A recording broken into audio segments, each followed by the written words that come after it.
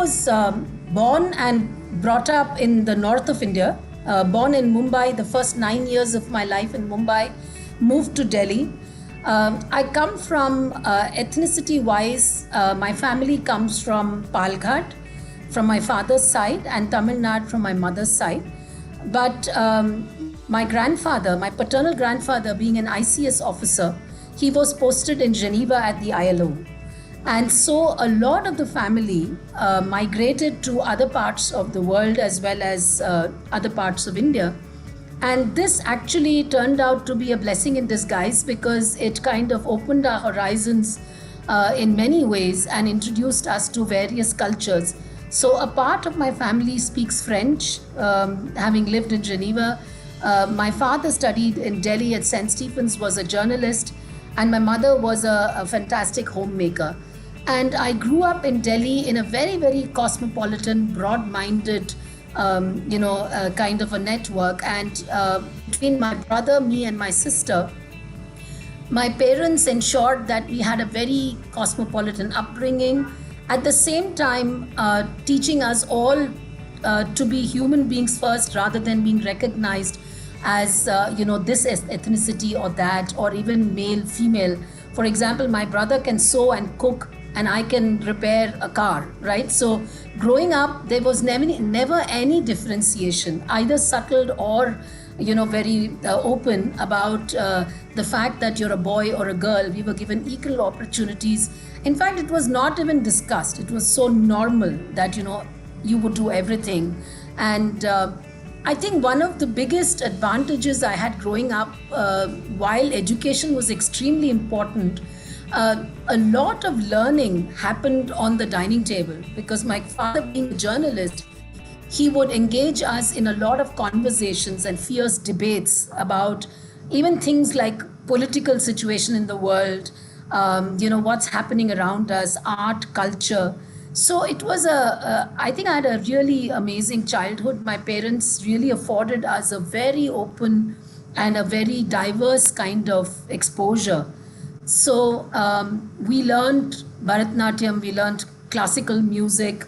At the same time, my brother excelled in NCC, so he was he was a commercial pilot license holder, he was in skiing. So I think these kind of opportunities really shaped our being.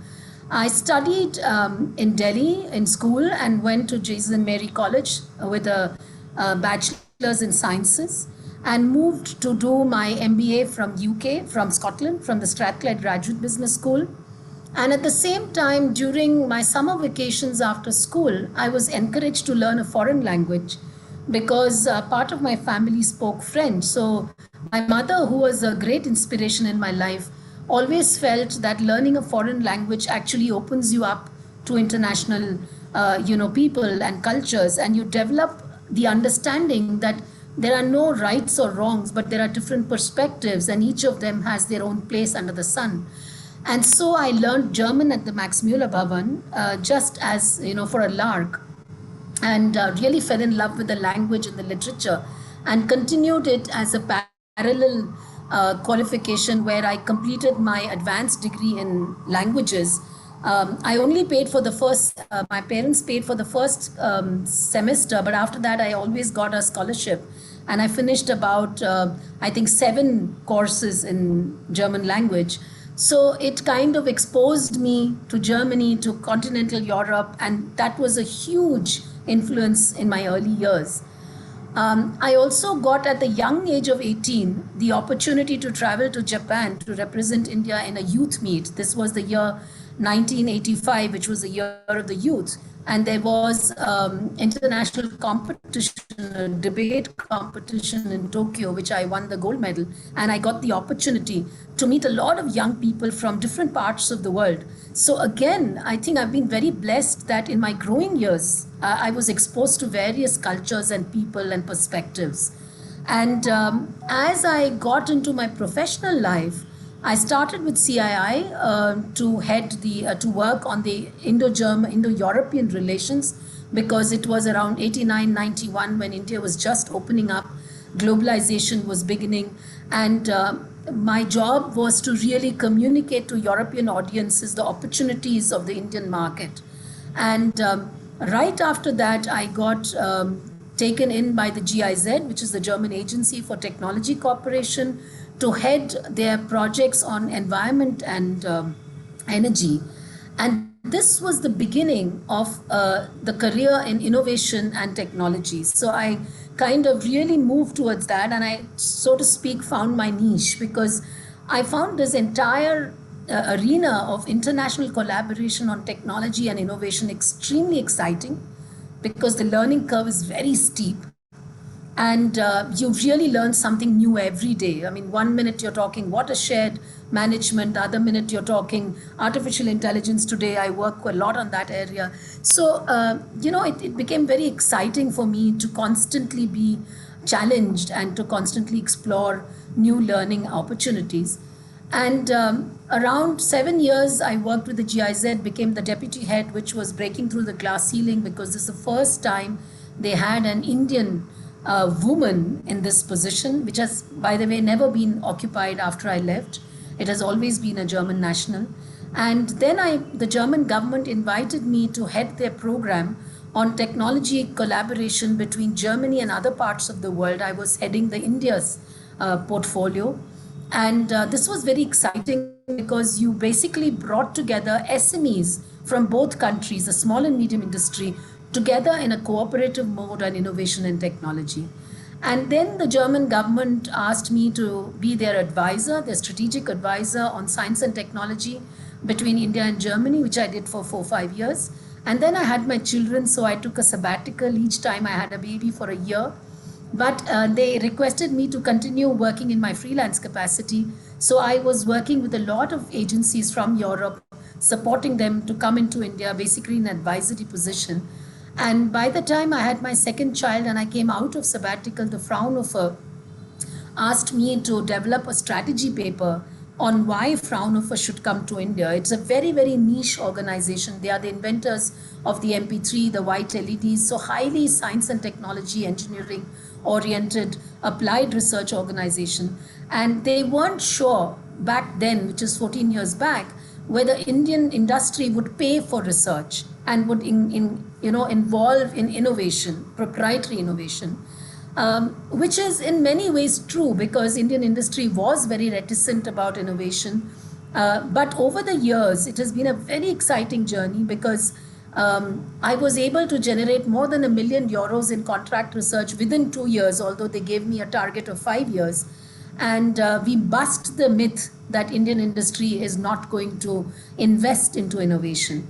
And in the last 14 years, we've earned more than €50 million out of India, just on R&D and innovation. So this has been the journey, and this has been my background. And in many ways, these were new territories that I charted, because going back so many years, there were not so many women in science and technology. It was definitely an extremely male-dominated area. Many times I have sat in meetings where there are 200 men and I was probably the only woman. But I don't think that ever mattered to me. So I was saying that in the time that I started my career in science and technology and STEM, and particularly international collaboration, there were not too many women. It was a very male-dominated field.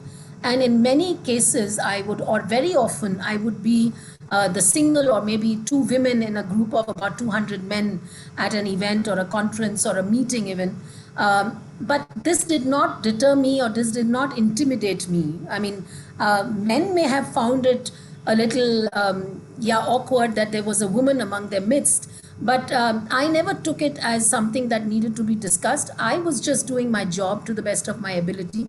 And it did not bother me what they were thinking. I was not into second guessing how they were feeling about the situation. Yeah, so I think one of the earliest milestones that I can think about in my personal life was, like I said, my mom has been an extremely important influence in my life, because she taught me to be a confident young woman. and which I try to give to other young women in my life around me, whether it's in the professional network or in the personal network, because I think that's what women need. They just need somebody to tell them that it's absolutely fine to be fearless, to have goals, and to aspire and achieve them. And one of the earliest personal goals, like I said before, was the fact that at a very young age, I got to travel abroad on scholarship, on awards given by the government or on an education purpose. The second one was when I got into these positions which I mentioned about. They were really breaking through the glass ceiling, but also the fact that I was always encouraged to be a learner, whether it was learning classical music, reading books, voraciously reading books. They really gave me a perspective on life, whether it was, our Vedas, our scriptures, or on the other hand, reading about Kafka, being exposed to Goethe, Schiller. These kind of opportunities, I think, were definitely personal milestones because they shaped and influenced me as a person. I think it also comes from the fact that I remember many times I would be in a position where, you know, it would be a situation where the first time a person is being invited to that. For example, Fraunhofer recently celebrated 70 years of its existence, and they invited 70 people from all over the world. They have 30,000 staff with advanced degrees in science and engineering. And I was pleasantly surprised to be one of the 70 ambassadors world over to represent Fraunhofer. So these are the kind of professional milestones that I absolutely cherish. Also, the fact that I was given awards as the one of the 51 sustainable smart city represent leaders from India. Also, an award of the Woman Achiever in 2014.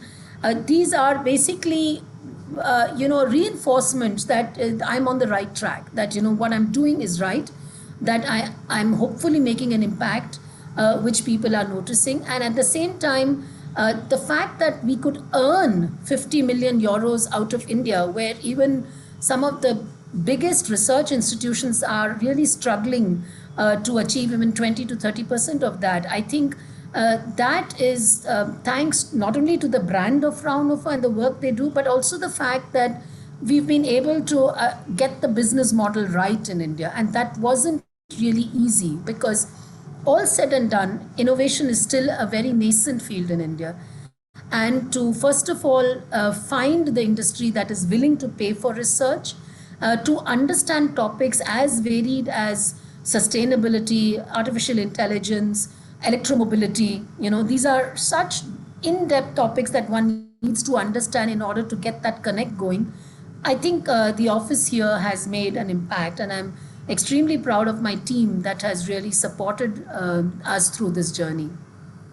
Of course, I mean, we are a product of the influences in our environment. So, aside from my parents, whom I value very, very much, I also value the fact that I had some superb mentors while I was growing up and, in my professional and personal career, personal life. For example, Dr. Mashelkar has been a huge influence because I had the opportunity to work with him very early in my life as I was doing some projects with the CSIR. Dr. Chidambaram, who was our ex PSA to the government, he was a big influence in my life because he really taught me how to navigate international collaborations. And so one has been extremely blessed to have these opportunities.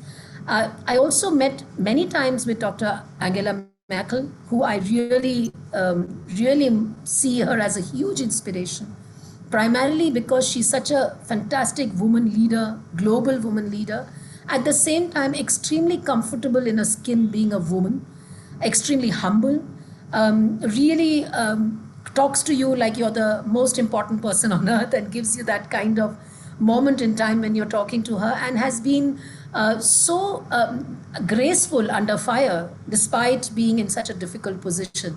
So these have been people and very high levels whom I had the opportunity to interact and learn from. At the same time, my peers, my colleagues, women around me, I mean, there is so much to learn from everyone. And so I'm really grateful to all those people who at various points in my personal life and career have really contributed to my growth as an individual. Yeah, I mean, definitely a lot of, challenges. I don't know whether I would like to call it high or low, but definitely challenges, because the first challenge was being accepted by men in these positions. Like I said, very often they would look at me as either a glamour quotient, oh, here comes this beautiful young woman, or even pass comments like that, oh, you need to be in the picture in front because you're looking so nice, or something like that. And I would very consciously move back and say, no, I do not want to be slotted into that kind of a glamour quotient for you, or to be accepted for your merit. I mean, the comments that you may make or the suggestion that you bring on board.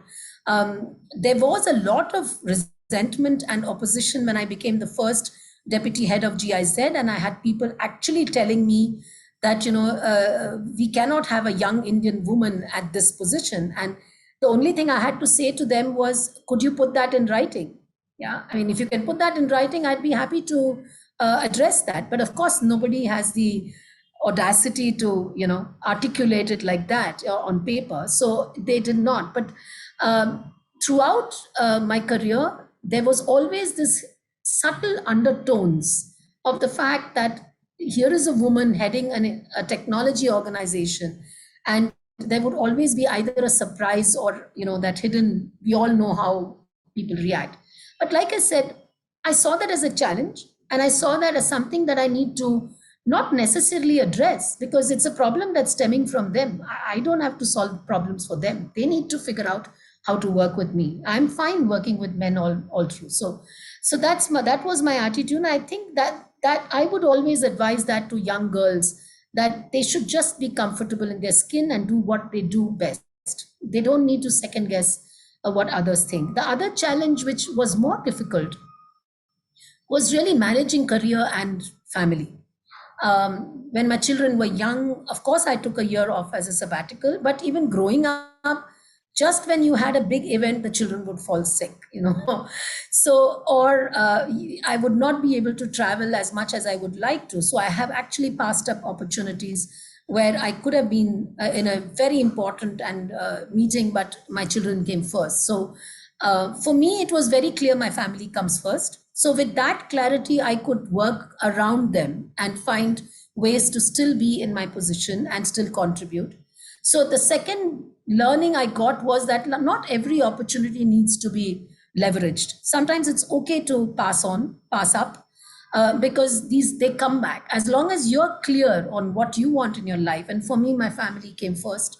My children came first. Having decided to have a family, I felt that was my first responsibility. So I think that really worked out well, because both my children today are also in sciences. My daughter has accepted a position at the Royal College of Surgeons in Dublin to be a doctor, a surgeon. And my son, at the age of 15, has started his own company in software and hardware. So obviously, somewhere something has gone right. But these are challenges that one, as a woman, you constantly face. And it's really up to us to say, how do we want to, deal with it? It's never easy. I don't think we have all the answers, but one just needs to keep chipping away, I feel. Yeah, I was 18 when my father had to give up his job, and he wanted to start a business. And he, being a political journalist, he decided to go into printing and publishing as a business. And of course, it wasn't a success, because as a journalist, you're so used to people coming up to you. And here he had to go out and market. So it was a paradigm shift. And I don't think he managed that very well. So I was saddled with the responsibility at a very young age to kind of step up and help my family. And at that time, I also had my own ambitions, right, of wanting to do medicine. And but it was not something I could have, because it is not something you can do by the side, and it needed my full attention. But exactly at that time, when I wanted to write the entrance exams and all, I had to take on family responsibility. And I think that really shaped me, because I didn't see it as a problem. With my mother's help, who was such a strong woman, she said, look, you need to be like a banyan tree. You have to have your roots firm on the ground. Let your branches go all over the world, in the sense that know your identity, right? I mean, this is something that you have to do now. know what you have to do, but at the same time, don't stop dreaming, don't stop aspiring. So while I had to give up on the opportunity of learning medicine and becoming a doctor, but I think I took up the challenge of taking on my family's responsibility, seeing them through that tough times. And there's a great sense of satisfaction that I did what the situation called me to do. I may not have got my personal goal of being a doctor, but that's all right because I could always come back into the science stream and do what I wanted to do today, and life has taken me elsewhere. But that, like I said earlier too, not every opportunity you may be able to leverage. But if one door closes, there are 10 that open, as long as you have kept your mind open and you know that, okay, I can do something else which is equally good, if not the best that I could have under the circumstances. I think that having to deal with a big adversity at the age of 18 really taught me to be a very strong person.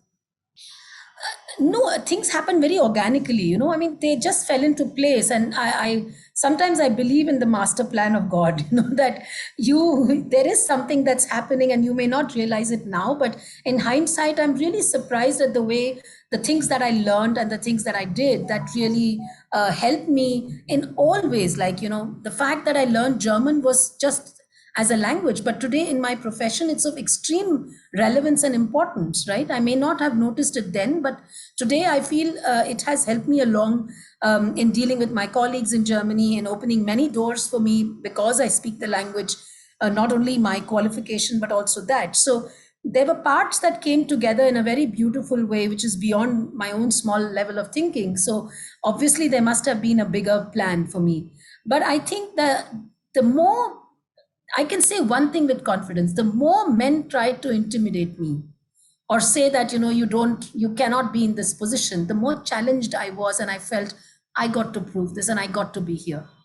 And I remember one incident where I had to present to a big automotive company in north of India, very patriarchal. And the German expert who was supposed to come with me to present on production technologies couldn't make it. And I went alone. And the CEO, the chairman of the company, walked into the conference room with his business heads, all men, saw me and said, "Yeah, so who's going to do the presentation?" And I said, "It's me." And he said, he was totally shaken and he said, "No, what do you mean? I mean, we are going to be talking technology and these are business heads." And I said, "That's all right. I do it on a daily basis." And down and he allowed me to present, and they asked me some really tough questions around production technology. And after we finished, his son walked up to me and said, "You can handle 100 men." And I think those kind of situations really shaped, gave me the confidence that even though I must say I was shaking in my legs, right? I mean, after his comment to me, I said, "Oh my God, I hope I can handle this now, but have I bitten off more than I can chew?" But afterwards, the comment that came from his son really reinforced my confidence. And I feel that we shouldn't let men like those deter us. Yeah, I would say that, it's been a great journey. And I would say that the decisions that I made at that time, I mean, not, like I said, I may not have known why I made them, but they were absolutely right. And I have no regrets of having had to pick on the responsibility at a young age or having to give up on some of my own cherished goals.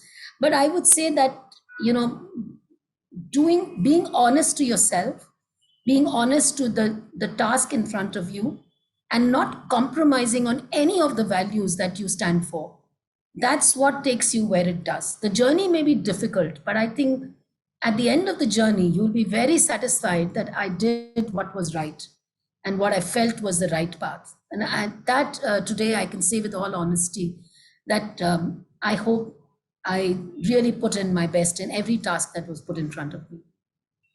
So, in other words, if you could speak to a younger Anandi, would you tell her you're doing fine? Just be honest, just be sincere, follow your heart, let the world happen, universe happen, and don't compromise.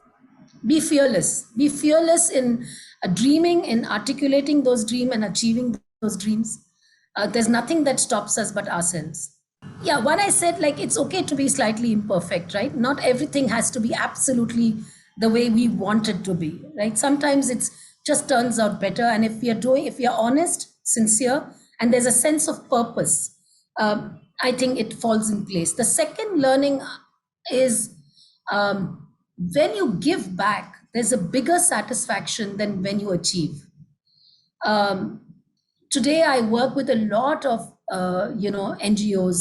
I try to volunteer wherever I can, and the satisfaction that I get from that, whether it's I'm helping a social enterprise like I'm doing now. There's a doctor couple in a very, very backward area in Tamil Nadu called Sitlingi. It's a small village.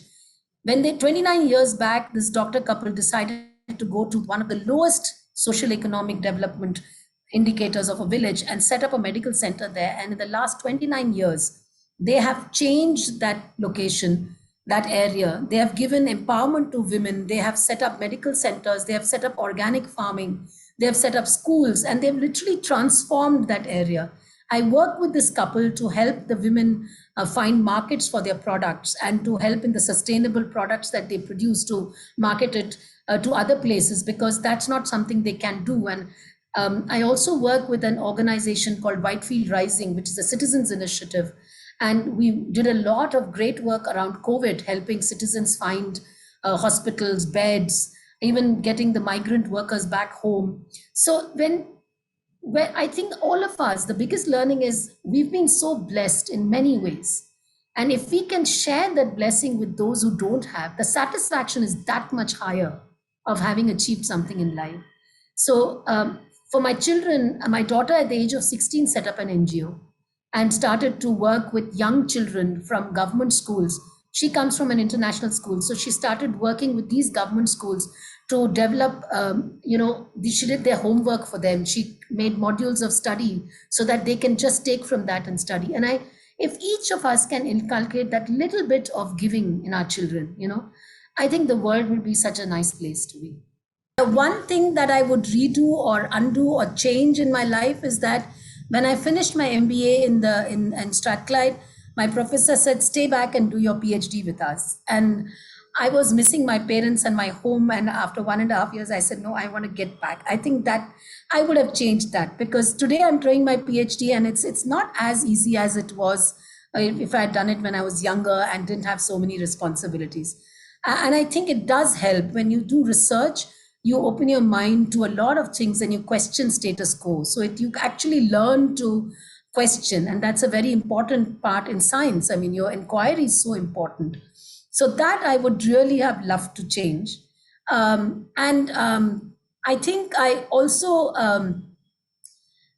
in my growing years, I didn't understand the value of some of the extracurricular thing. I gave up music. I learned classical music when I was very young. But I gave it up because I had so many other things to do. Now I'm doing it back again at the Shankar Mahadevan Academy. I'm learning Hindustani classical. I learned Carnatic music earlier.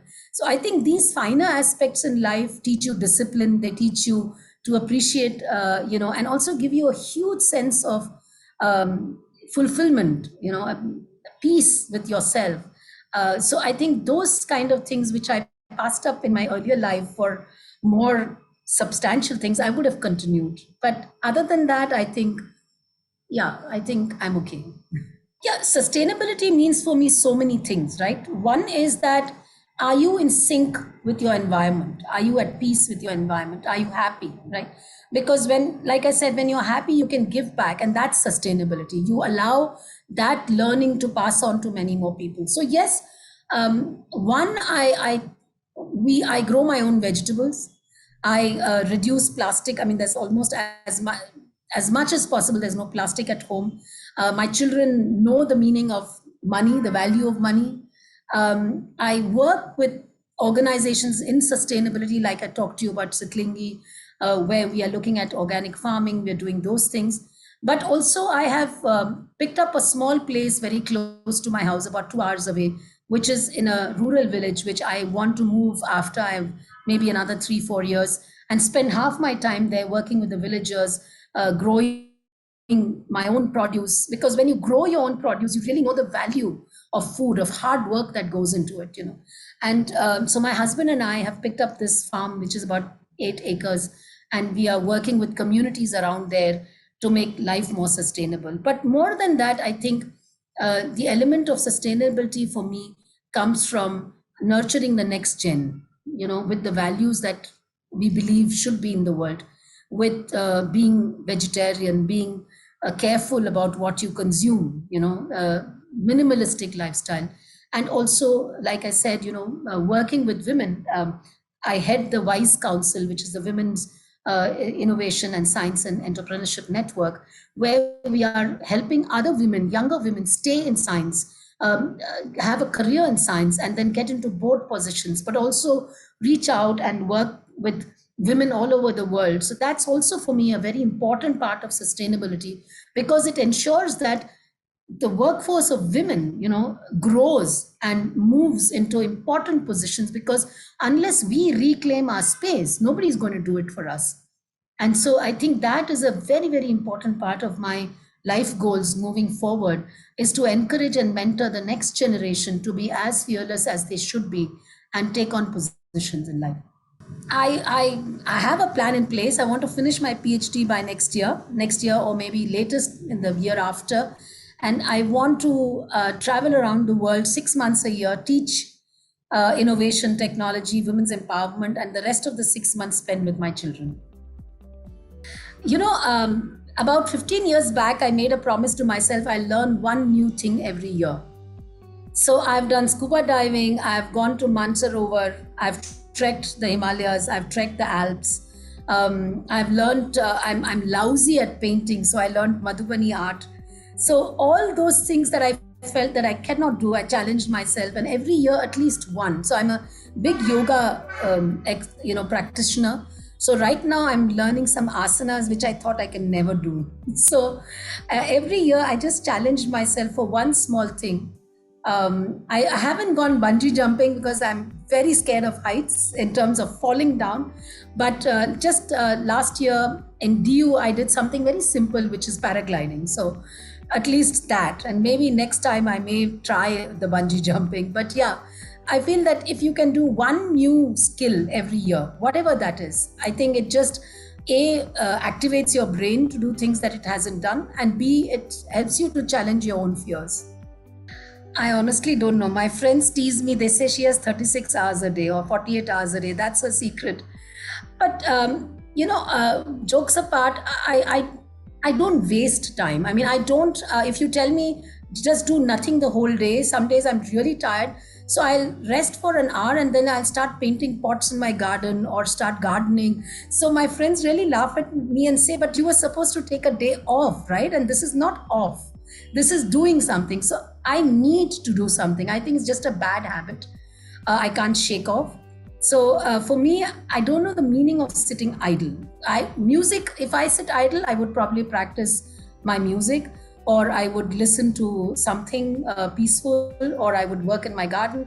So it's just that some people have a bug in their bonnet and I'm one of those. So I just like doing things and it keeps me active.